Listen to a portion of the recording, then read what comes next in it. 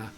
아버지, 이 시간도 주님의 말씀을 새겨 듣게 하시고 그 말씀 가운데 우리가 살아가는데 주님 모자라지 않도록 우리가 하나님의 나라의 삶을 살 때에 모자란 부분들을 주여 말씀으로 채워주시고 그 말씀으로 주님 잘 살아서 넉넉하게 이 어렵고 힘든 이 세상 길 속에서 믿음으로 잘 살아갈 수 있도록 도와주시옵소서. 예수님의 이름으로 기도하옵나이다.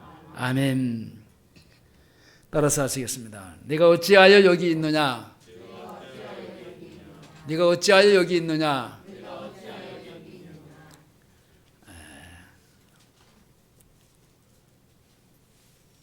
코로나로 인해서 한 3, 4년 동안 나라도 어려워져 있고 또 따라서 이 교회도 상당히 공경에 처해서 힘들어 있는 그런 시대에 우리가 살고 있습니다. 이럴 때에 오늘 본문에 나타나는 엘리야 선지자처럼 이런 하나님의 사람이 필요한 시대고 또 그 7천인과 같이 바알에게 무릎을 꿇지 않고 바알에게 입을 맞추지 아니하는 순수한 그런 성도들이 필요한 시대가 아닌가. 항상 그 어려운 때일수록 하나님은 그 속에서 마치 진주를 발견하듯이 하나님의 사람들을 발견하고 오늘 본문에도 보면은 그 참 아합의 시대는요.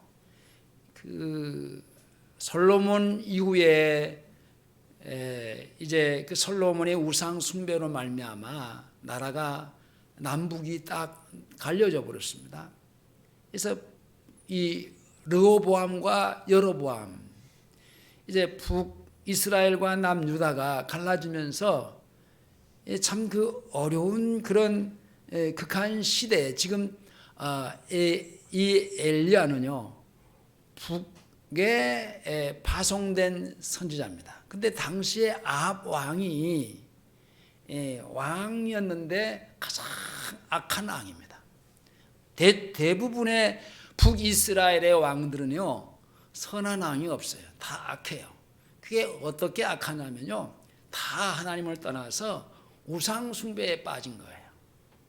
그러니까 이 우상 하나님을 떠난 여러분들 불신자가 말고요 예수를 믿는 사람이 하나님이 선택한 이스라엘이 그 하나님으로 살아야 되는데 그 하나님이 아닌 하나님을 떠나서 하나님이 아닌 것으로 가다 보면은 그것은 자연스럽게 우상 앞에 가게 되어 있습니다.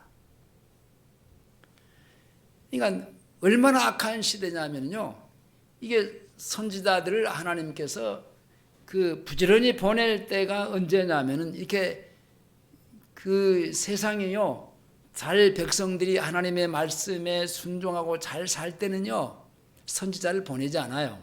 근데 아주 불신앙하고 우상 숭배에 빠지고 하나님을 거역하고 그때 그러지 말라고. 그리고 빠져있는 우상 숭배에 빠져있는 그들 향해서 돌아오라고 외칠 때 그게 듣기 싫은 거예요. 그 자기들이 하는 일에 대해서 그러면 안 된다 하고 외칠 때 이게 왕을 비롯해서 모든 방백들이 권력 있는 사람들이요 그를 잡아 죽이는 수많은 선지자들이 죽임을 당했습니다. 그래서 오늘 본문에 이 에레미야는 나만 홀로 나만 나이다 라고 고백할 정도로 사실 어려운 시대에 살고 있었습니다. 이럴 때 우리는 그 엘리야가 그 아합 왕의 부인 이세벨이 아주 이 악한 여자예요. 그 이세벨이 이 사자를 보내 가지고 죽음의 위협을 이제 느끼게 만드는데 그것 때문에 벌벌 떱니다.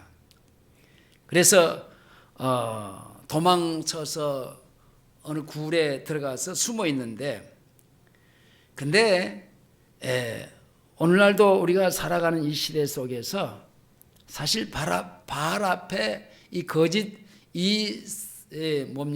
이세벨과 같은 그런 사람들 앞에 무릎을 꿇는 자들이 예수 믿는다고 하는 사람들 가운데서 없지 않고, 또 이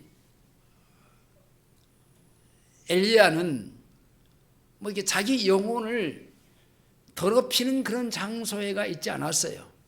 다 자기 영혼을 더럽히는 데에 있지도 않았지만은 중요한 것은 이게 하나님 앞에 있어야 될 자리, 자기 자리를, 자기 위치를 지키지 못하고 탈선해 버렸다는 겁니다.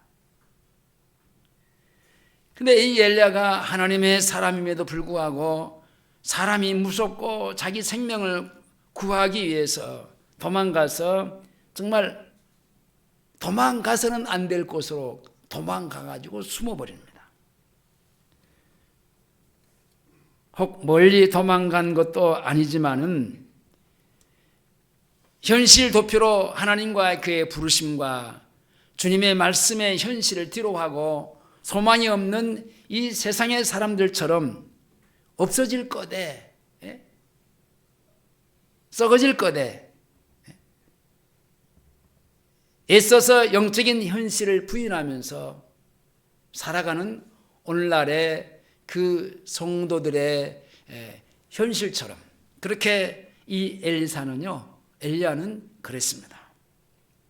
그래서 말씀을 멀리하고 어떤 면에서는 우리가 이 나라가 어렵고 힘드니까 더 엎드려서 기도하고 더 엎드려서 하나님을 긍휼을 구하고 불쌍히 여김을 받을 수 있도록 엎드려서 기도하면서 하나님의 말씀 앞에 있어야 되는데 그러하지 못하다는 말입니다.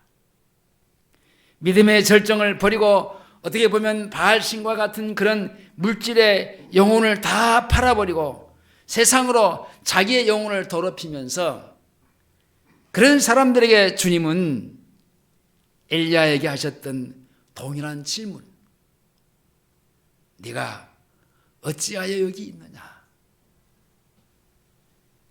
여기에 엘리야의 대답은 하나님 편에서 대답을 한 게 아니라 자기의 육신적인 그런 그 생각과 자기 육신적인 편에서 대답을 합니다.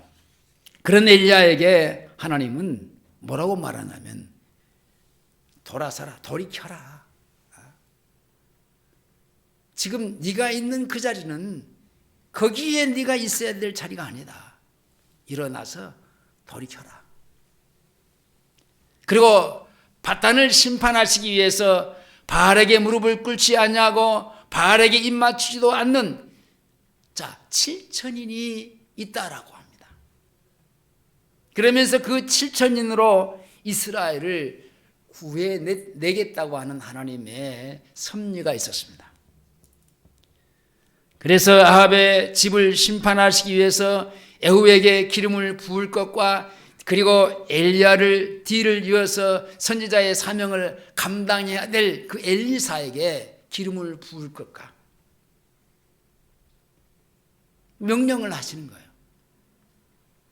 그래서 오늘 본문의 말씀, 네가 어찌하여 여기 있느냐라고 하는 하나님의 질문, 그리고 내 길을 돌이켜서 다메섹으로 가라는 겁니다. 7천인을 남겨두리니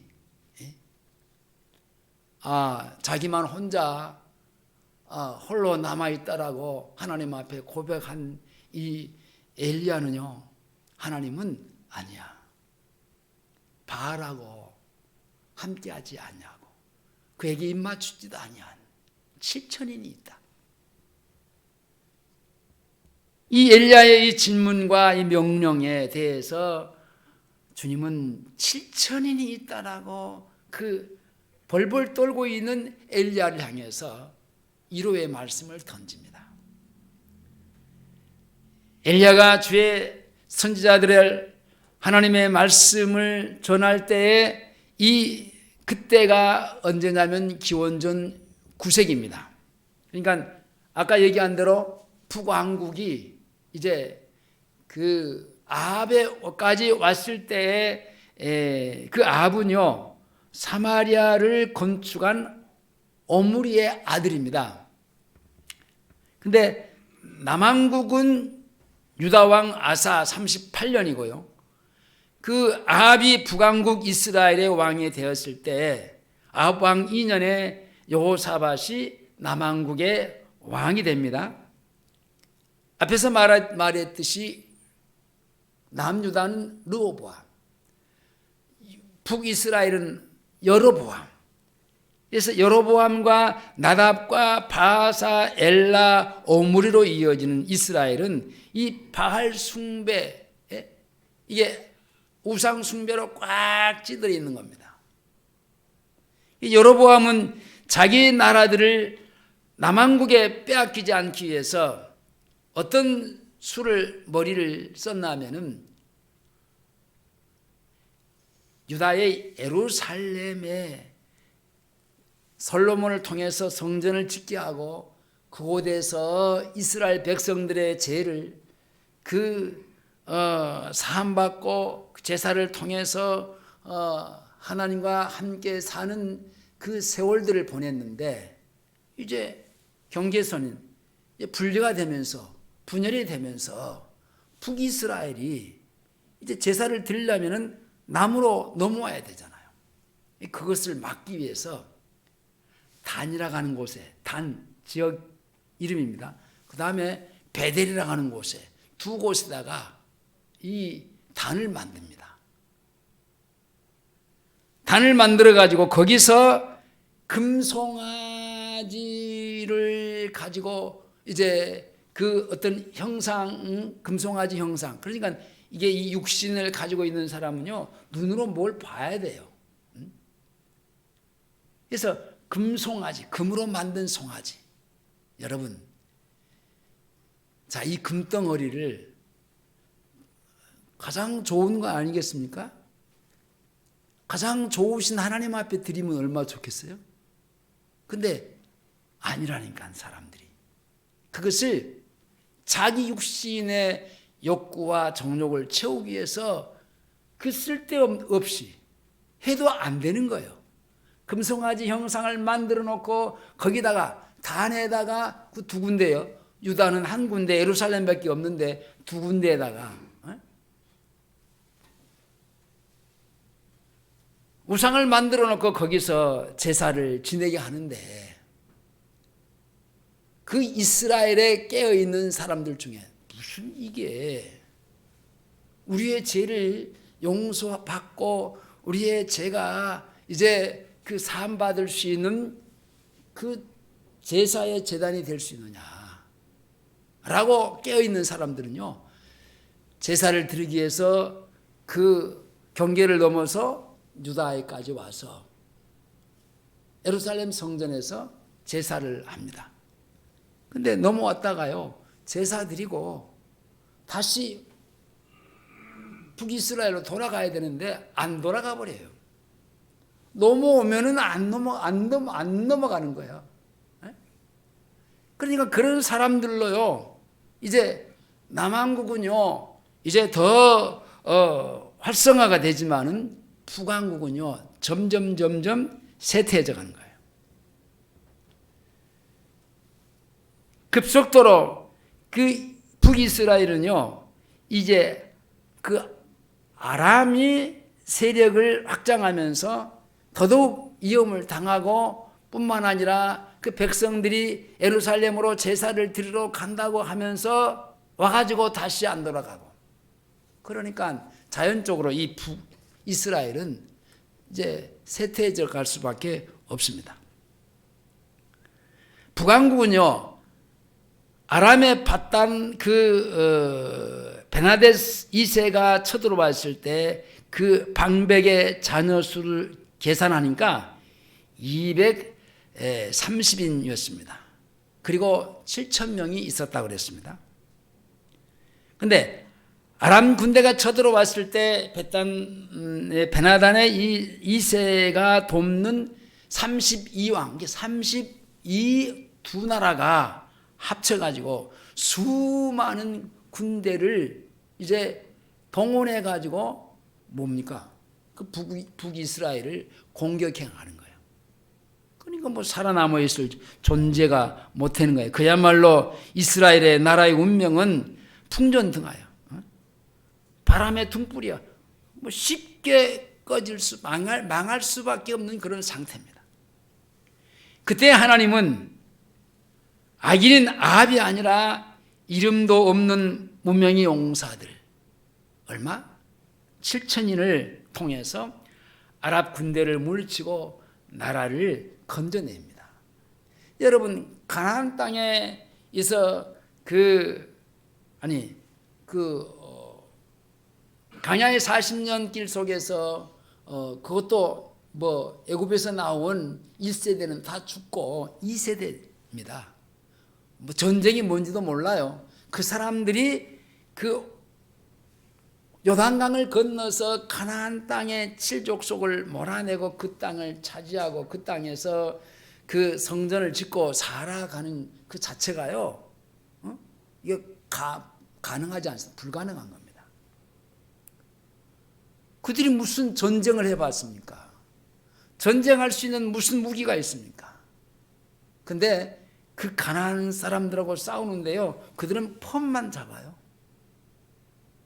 근데 하나님은 그 펌만 잡게 하고 그들은요, 그 펌에 그냥 그 녹아내려 다 죽고 또 쫓겨나가는 겁니다.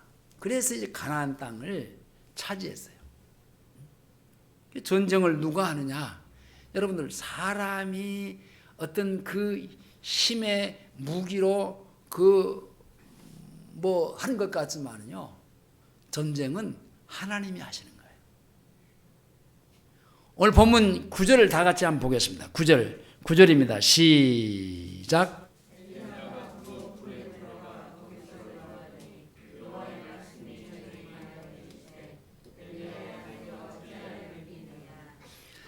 엘리야야, 네가 어찌하여 여기 있느냐? 이 디셉 사람 엘리야는 이전에 이스라엘 왕들보다도 아까 얘기했듯이 더 악한 아합의 시대에 선지자로 부르심을 받았으니까 힘들 수밖에 없어요.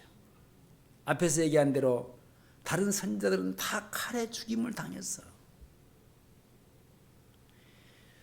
아합은 시돈 왕 엣바알의 딸인 이 이세벨을 왕으로 맡고 자기 아버지 오므라가 건축한 이 사마리아의 바알 산당을 짓고 바알을 위해서 단을 쌓고 아세라 목상을 만들고 여호와를 경록케 하는 그런 시대에 그 엘리야가 하나님의 선자로 부르심을 받았으니 얼마나 힘든 시대냐 말입니다.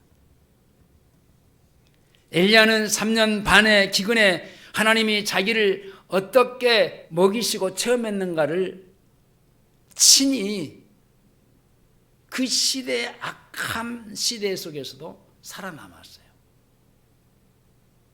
그리 시냇가에 까마귀 떼가 아침 저녁으로 고기를 물어 날리고 물을 갖다 주고 먹이시는 거예요. 그리고 3년 반 동안이요, 사르밧 가불에 의해서 한 번도 그 가뭄 속에서 그 굶어 죽어가는 사람들 속에서도 자기는 한 끼도 굶은 적이 없어요. 엘리야 선지자가 가멜산에서 바알 선지자들과 함께 대항해서 맞싸우잖아요. 그때 450인을 그 기손 시냇가에서 맞싸워서 자 1대 450이야. 숫자로 싸우면은 게임이 안 되잖아요.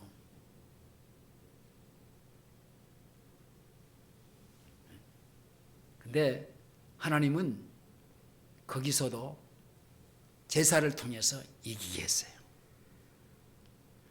하나님이 엘리야의 기도를 들으시고 3년 반 동안에 닫혔던 그 하늘문이 열리고 하나님이 이스라엘에게 비를 내려주신 것, 엄청난 큰 사건이잖아요. 그러나 아합 왕의 부인 이세벨이 엘리야에게 사자를 보내가지고 오늘 네가 바알 선지자들 죽인 것처럼 내가 오늘은 너를 그렇게 죽게 만들겠다. 엄포를 놓습니다. 자, 1절로 갑니다. 19장 1절로. 1절, 2절까지 한번 가봅니다. 자, 1절 시작.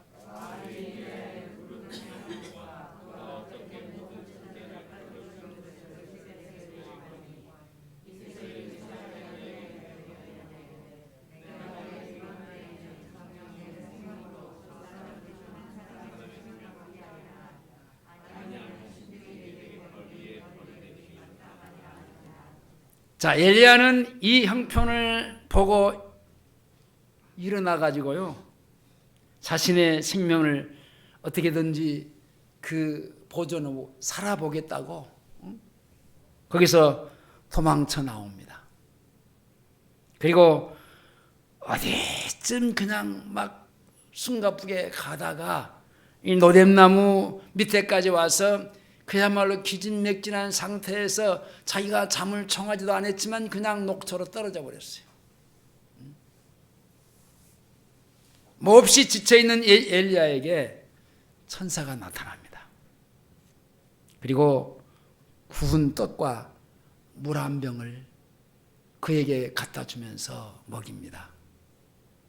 자, 이걸로요 40주야를 밤낮 달려서 이 사마리아로부터 직선거리로 약 한 500km가 넘습니다. 그러니까 서울에서 목포까지 400km라고 하는데 훨씬 더 넘죠. 자, 그 거리, 그 시내 반도 그 남단의 호렵산에까지 가서 한 굴속에 이릅니다. 그는 죽는 것이 너무너무 싫었습니다. 더더구나 이 바알 신을 섬기고 있는 그 아세라라고 하는 그 여자의 손에 의해서 자기가 죽는 것은 더더욱 싫었습니다. 그렇잖아요. 하나님을 섬기고 하나님의 말씀을 선포하는 그 선지자가 바알을 섬기는 그 바알을 섬기는 그 뭡니까? 그 아세라를 섬기고 바알을 섬기는 그런 사람에게 자기가 이제 죽는다는 것은 자존심도 있고 더더욱 이세벨에 대한 것을 그냥 지워버리고 싶은 겁니다. 그러나 자비하신 하나님은 친히 그 굴 속으로 그 자기의 사랑하는 종을 향해서 찾아옵니다. 그리고 그에게 물읍니다. 네가 어찌하여 여기 있냐? 참 비참한 상태에 있잖아요. 하나님은요, 우리에게 안 될 때는 가장 처절하게 비참하고 힘들고 어려울 때에 찾아와요. 13절에도 같은 질문을 하시는데 굴속에 있는 그 이유를 물으신 것이 아니라 왜 호렙산까지 왔느냐고 묻는 겁니다. 왜 여기까지 왔냐? 엘리야는 그렇게 크신 하나님의 역사를 보고도 자기 생명에 그 죽임을 당할까 봐 무서워서 이 천리길을, 아니 천리길이 넘지요? 밤낮을 가리지 않고 막 숨가쁘게 달려온 거예요. 아마 며칠을 40주야를 달렸으니까 참 쉽지는 않았잖아요. 여호와 하나님은 당신이 쓰시는 하나님의 종이 멀리 도망간 것을 보시고 한심해서 어떤 면에서는 찾아왔어요.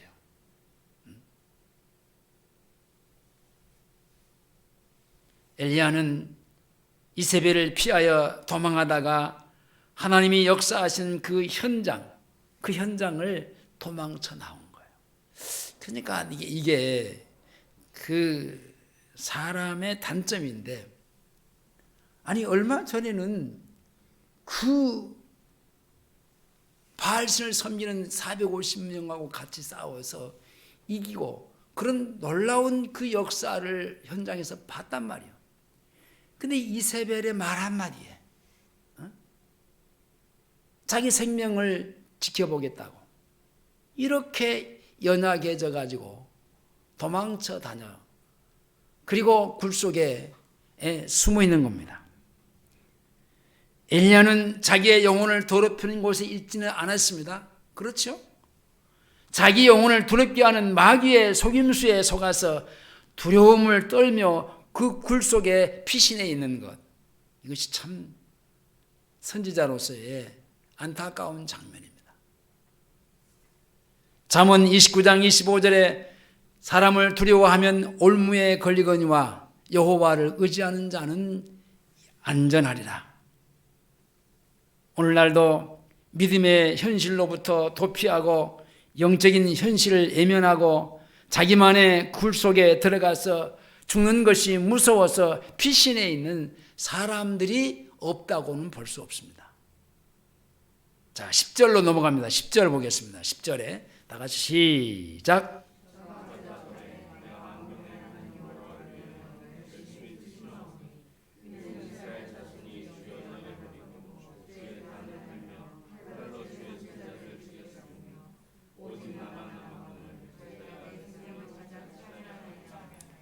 열심히 특심하오니 카나. 이 말은요, 하나님은요 그 이름이 질투하신 하나님이라는 거예요. 그러니까 자기를 떠나서 우상 숭배에 빠져가는 그것을 꼴을 못 봐요. 신명기 4장 24절에 내 하나님 여호와는 소멸하는 불이시요 질투하는 하나님이다 그랬어요. 하나님의 이름이 질투입니다. 질투.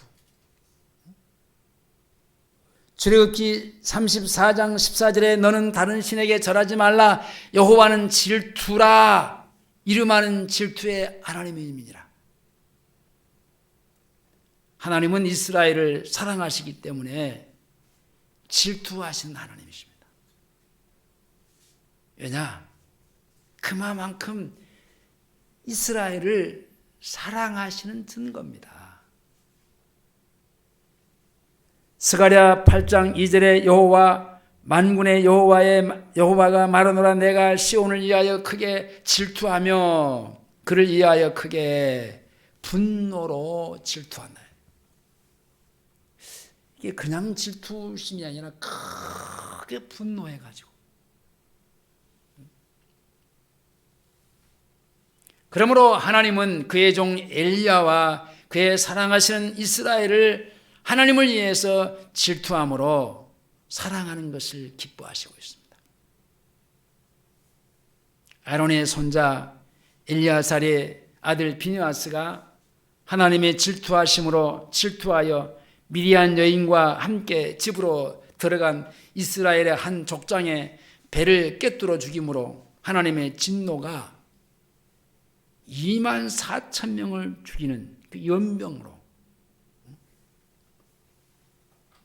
그런 역사도 있습니다.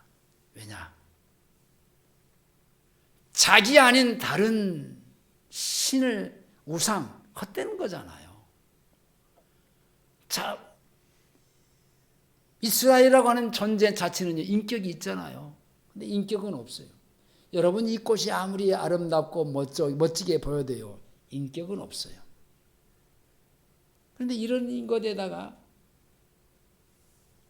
자기를 애굽에서 건져낸 하나님, 여호와 하나님이라고 엎드려서 이게 섬긴다는 게 말이 되냔 말입니다. 엘리야도 하나님을 위하여 질투함으로 하나님을 사랑하고 이스라엘을 사랑합니다. 엘리야는 이스라엘 자손이 주의 언약을 버리고 주의 단을 헐고 칼로 주의 선지자를 죽임을 당하는 것을 질투함으로 바알 선지자들이 죽임을 당하는 일을 했는데, 이세벨이 자기를 죽이려고 하는데, 그래서 자기만 홀로 남았다라고 말합니다. 대적이 그 생명을 찾는다고 생각을 하고 그가 어떻게 살아보겠다고 이제 도망쳐서 호렙산에야 한 구레까지 들어가서 자기 몸을 숨겨봅니다. 자기를 죽이려는 그 대적만을 피하는 것이 아니라 어떻게 보면 이스라엘에서 자기를 지금 쓰고 계신 하나님을 피해 도망가 있는 겁니다.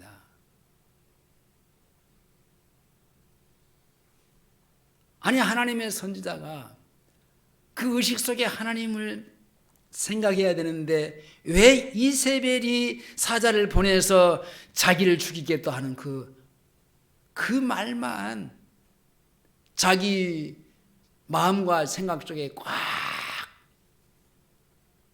차가지고 그 말에 지배를 당하면서 이렇게 어려운 일을 만나는지 모르겠어요. 하나님은 엘리야에게 굴 밖으로 나가서 여호와 앞에 서라고 말합니다. 자기를 죽이려는 사람들이 있는 현실과 도피해서 숨은 현실이 아니라 하나님 앞에 서라고 말합니다. 네, 보이지 않는 그 하나님 앞에 자기 자신이 그 쓴다는 것은 믿음이 없이는 그리할 수 없잖아요. 자, 11절에서 12절까지 보겠습니다. 11절 참 멋있는 장면이 나옵니다. 11절 12절 시작.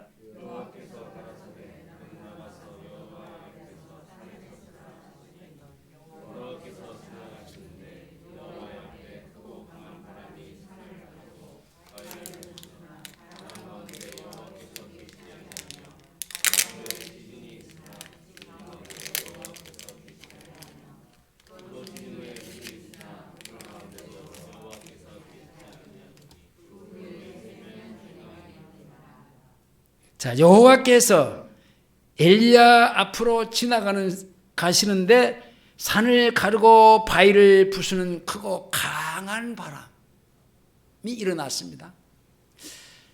그러나 그 강한 바람 가운데 여호와께서 계신다, 계시지 않는다? 아니, 계신다. 계시지 아니했습니다. 그 다음에 두 번째로 바람 후에 지진으로 온 땅이 흔들렸으나 그 속에서 여호와께서 계신다, 안 계신다? 안 계신다.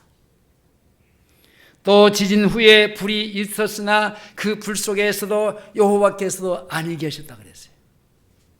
그리고 불 후에 아주 세미한 소리가 들려옵니다. 산을 가르고 바위를 부수고 강한 그런 바람이나 지진은, 그리고 불이 엘리야를 두렵게 하는 것은 아니라 하나님이 두려워야 된다는 얘기입니다. 자, 이세벨의 위협이 아무리 크고 강한 바람 같고 지진 같고, 아니 바위 덩어리가 바삭바삭 부서지는 그런 일들이 있을지라도 그게 무서운 게 아니다라는 거예요. 그건 하나님 볼 때 아무것도 아니야.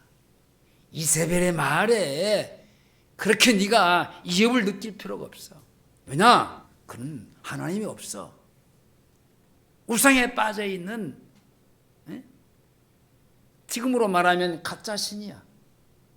자기들이 부어 만든 신, 상 앞에 절하는 그런 잘못된 사람들이잖아요.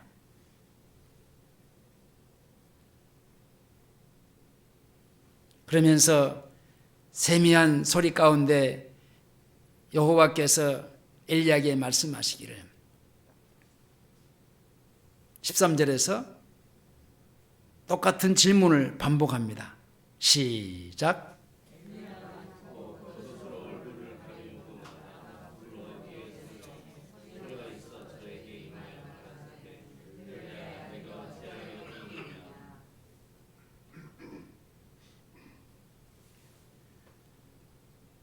엘리야야, 네가 어찌하여 여기 있느냐?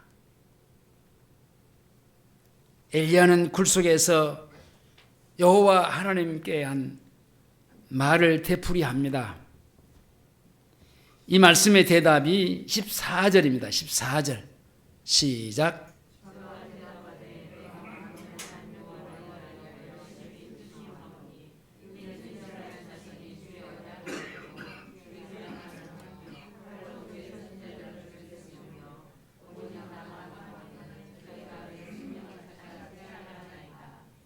자기 열심은 아무리 특심이었어도, 자기 역시 그 열심이 아무리 특심이어도 지금은 비참한 상황 가운데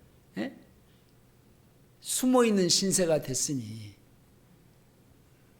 그게 무슨 하나님 앞에서 내놓을 만한 얘기가 되겠습니까? 나는 여호와를 위하여 열심히 특심하오니 이는 이스라엘 자손이 주의 언약을 버리고 주의 단을 헐며 칼로 주의 사자들을 죽였으며 오직 나만 남았거늘 그랬어요. 그러면서 저희가 내 생명을 찾아 취하려고 합니다. 나를 죽이려고 합니다.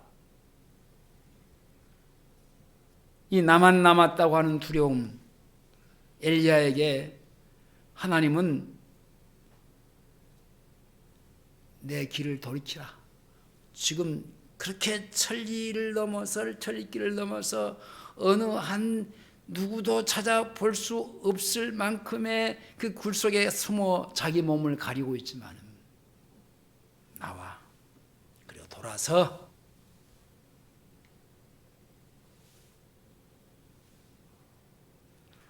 아람 나라가 아무리 무서워도 아람 나라로 가서 거기서 하사엘에게 기름을 붓고 베르나뎃 2세를 대신해서 아람 왕이 되게 하는 일을 네가 해야 돼. 이세벨이 아무리 무서워도 이스라엘로 돌아가서 에후에게 기름을 부어서 왕이 되게 함으로 아합의 가족들을 멸망시키는 하나님의 심판을 네가 해야 돼.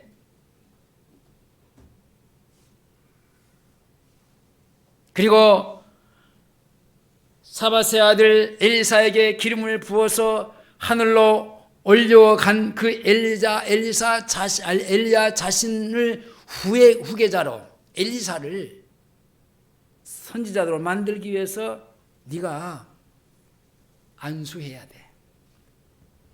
자, 15절 16절 보겠습니다. 15절 16절 시작.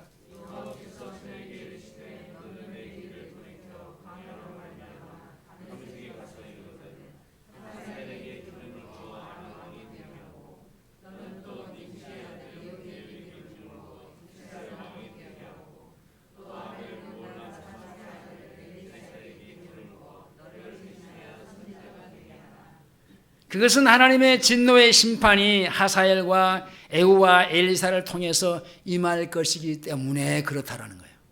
자, 17절입니다. 시작.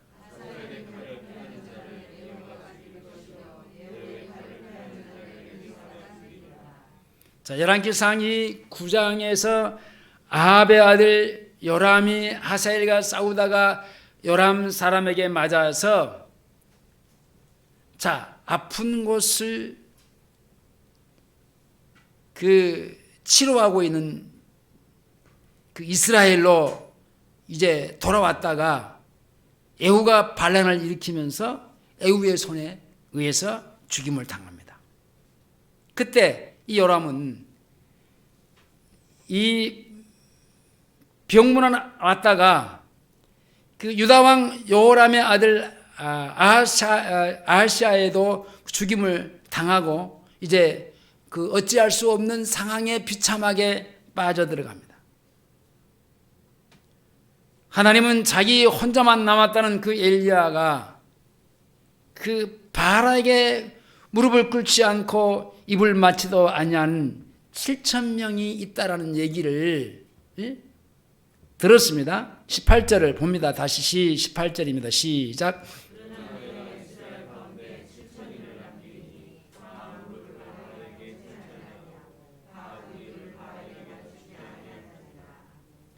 엘리야는 자기만 남은 줄 알았는데 하나님은 엘리야와 같은 믿음의 사람 7,000인을 남겼다라는 거예요. 하나님은 그 7,000인을 도구로 써서 바로 이스라엘의 베나닷 2세를 손에서 구원낸다는 겁니다. 여러분들, 그러니까 하나님이 이스라엘을 선택했잖아요. 그래서 자기 백성, 나는 너의 하나님이고 너희는 내 백성이야, 하나님과의 관계를 맺게 해주었어. 근데 그들이 그 하나님을 떠나서 우상 숭배에 빠져서 잘못된 짓을 해도요, 하나님은 그 엘리야 같은 선지자, 엘사를 같은 선지자를 보내서 그들을요, 그 이방인의 손에서 건져내는 하나님의 놀라우신 그 역사, 이것은 하나님의 사랑하십니다. 자, 돌이켜 생각해 보면요, 우리도 마찬가지입니다. 우리가 하나님 앞에 예수 그리스도를 믿음으로 구속함을 받아서 하나님을 아버지로 모시고 그 하나님으로 살아가는 우리들이 어느 순간에 하나님을 등지고 세상이라고 하는 우상에 빠지고 돈이라고 하는 우상에 빠지고 그런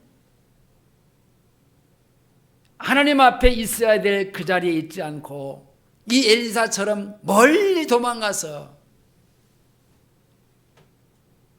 굴 속에 자기 몸을 숨어 있을지라도 하나님은 거기까지 찾아와 주셔서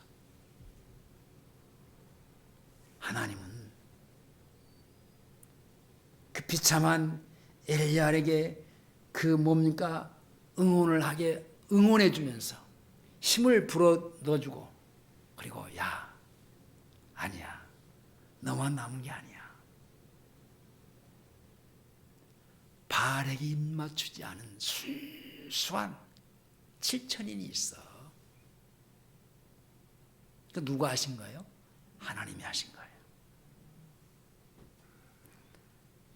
아무리 세상이 어렵고 힘든 때에도요, 하나님은요, 하나님의 자기 일을 해 가시기 위해서 하나님은 자기 사람들을 곳곳에 다 남겨두었어요. 엘리야는 자기만 남은 줄 알았는데 하나님은 엘사와 엘리야와 같은 믿음의 사람 7,000을 남겨두었다는 겁니다. 그래서 하나님은 자기가 필요한 그때에 그 극적으로 그들을 데려다가 쓰시는 하나님입니다. 여러분, 이 베나닷은요, 앞에서 말하는 대로 32개국이야. 연합군이죠. 연합국을 대신해서, 그러니까 수많은 군대를 데리고 아까 풍전등화라고 얘기했는데 후 한번 불면요, 그 강한 바람에 의해서 그냥 꺼져 버릴 수밖에 없는 그런 이스라엘인데, 하나님은요, 그 믿음의 사람, 하나님이 숨겨둔 그 7,000을 통해서 그들과 싸워서 이겼다라는 말이, 여러분, 이게 사실과 같지 않습니다. 아무리 32개국 나라고, 아니 100개국 나라일지라도 하나님 한 분하고는 싸워도 게임이 안 되는 겁니다. 자, 15절로 넘어갑니다. 15절 시작.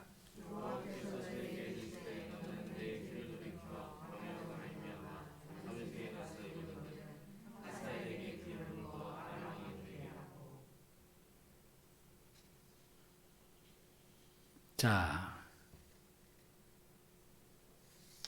그 20장으로 넘어가면 20장 20장 15절입니다. 20장 15절 20장 15절 시작.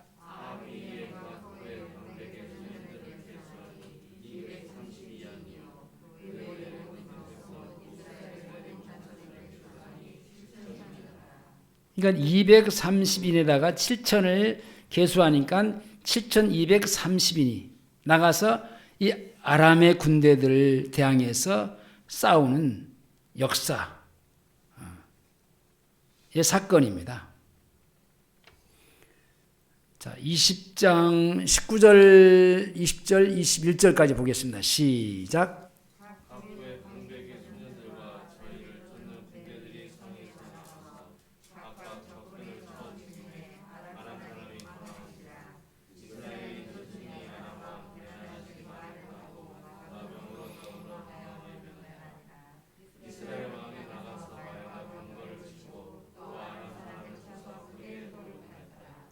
이스라엘 왕이 와랍의 그 아합 왕이 쳐서 이긴 게 아니에요. 아합 왕이 잘하니까 내가 그래 이기게 해줄게 그런 게 아니에요. 아합 때문에 승리한 것이 아니라 방백들의 소년의 230인으로 승리한 것도 아니고 바알에게 무릎을 꿇지 않은 7,000명을 통해서 하나님은 아무리 군사력이 좋고 무기가 좋고 있고 그래도 하나님은 그 사람들 안 쓰면요 무용재물이야.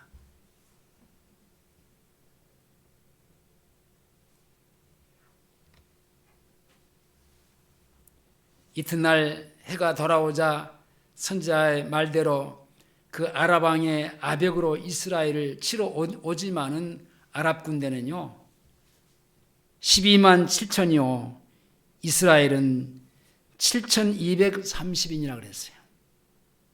20장 27절로 가봅니다. 27절 시작.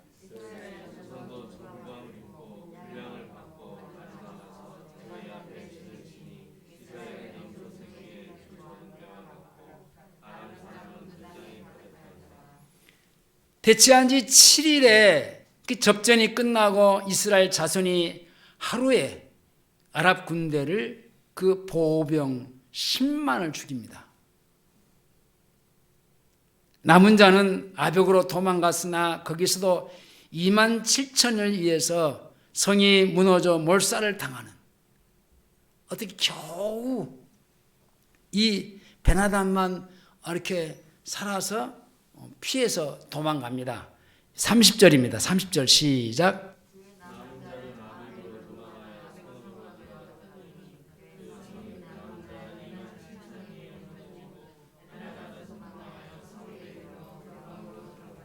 자, 이렇게 하나님은 엘리야에게 내가 어찌하여 여기 있느냐 돌아가라고 말씀한 뜻이 뭡니까? 7천인을 통해서 내가 해야 될 일이 있다라는 겁니다. 말씀을 맺겠습니다. 오늘날 우리나라의 형편을 보면은 그렇게 썩 좋은 환경은 아닙니다. 앞에서 제가 말했듯이 코로나19로 인해서 3, 4년 동안의 나라는 참 어려워졌습니다. 어떤 분이 얼마 전에 목포를 갔다 왔는데 서울 사람인데 가서 보니까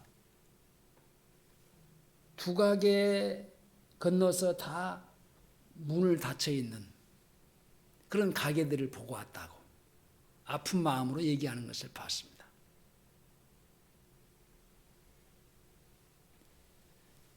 사방에 우리나라는 강대국으로 둘러싸여 있고 이 북한은 조그만 나라인데 이 핵무기로 얼마나 우리를 위협하고 있는지 몰라요.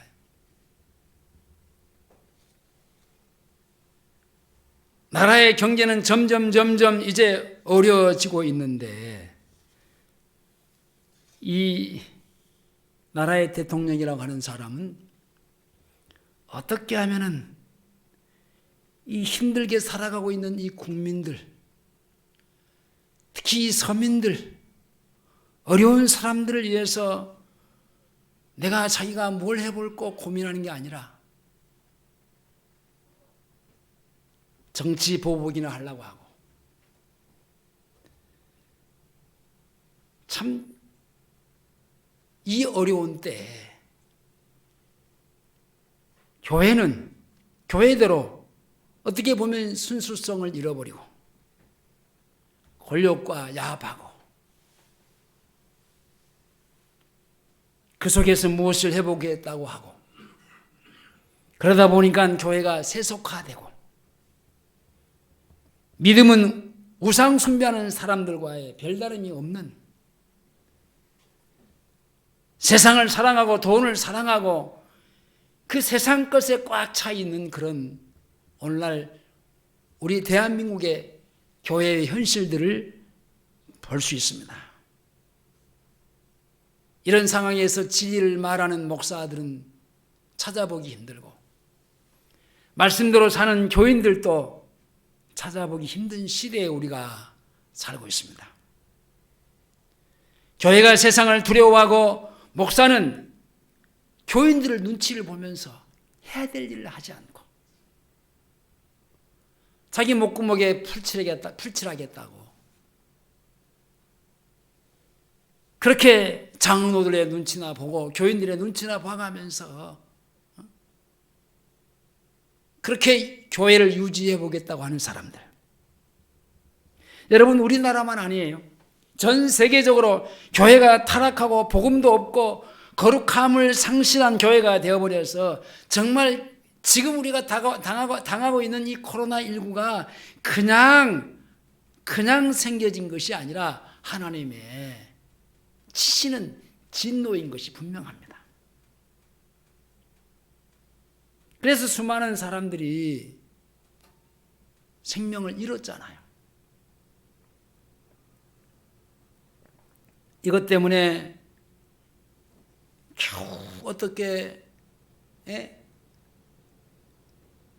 머리카락만한 그런 그 희미한 그런 믿음을 갖고 교회를 왔다 갔다 하는 사람들 완전히 주저앉아버리고,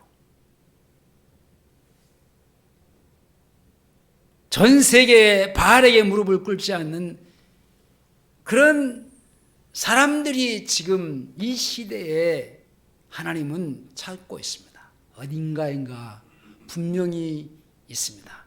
여러분 아합의 시대에도 있었다면요, 오늘 이 시대에도 있지 않겠어요?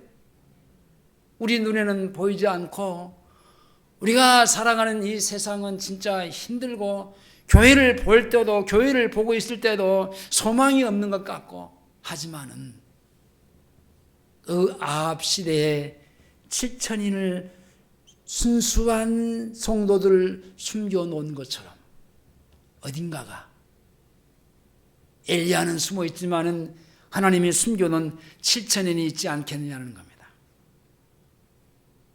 이제는 엘리야를 향해서 하나님이 엘리야야,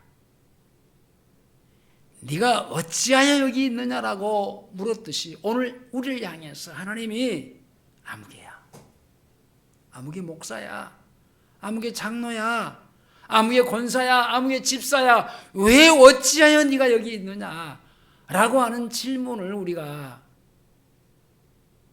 주님으로부터 받을 수 있어야 됩니다. 그리고 내 길을 돌이켜 다메섹으로 가라고 하는 주님의 명령에 내가 일어나서 돌이켜서 내가 세상으로 자기가 자기 목숨, 자기가 조금 살아보겠다고 뭐 먹고 살아보겠다고 피했던 그 세상에서 다시 돌이켜서 주님의 말씀에 순종할 때가 아닌가. 그리고 주님은 주를 위해서 7천을 남겨놓았다고 하는 그 말씀에 우리는 위로를 받으면서, 그리고 주님의 역사를 기다릴 때가 아닌가, 그렇게 생각해 봅니다. 기도하시겠습니다. 주님 감사합니다. 그 어려운 아합의 시대에도 하나님이 그들이 싫었고 그들이 우상 숭배에 빠져서 하나님을 대적하고 거만하고 그렇게 하나님 앞에 멀리 갔던 그들을 불쌍히 여기시고 원수의 손에서 그들을 건져내시는 하나님의 사랑하심을 우리가 보았습니다. 주님, 우리가 살아가는 이 시대에도 주님 만만치 않은 그런 시대를 우리가 살아가고 있습니다. 주님, 네가 어찌하여 여기 있느냐라고 하는 주님의 질문을 우리 각 사람이 들을 수 있게 하여 주시옵소서. 그리고 내가 돌이키게 하여 주시고 주님의 명령에 순종함으로 주님의 역사를 기다리고 주님의 역사 속에 주님의 하시는 역사를 이루어가는 도구들로 쓰임받게 하시옵소서. 예수님의 이름으로 기도하옵나이다. 아멘. 찬송가 496장입니다.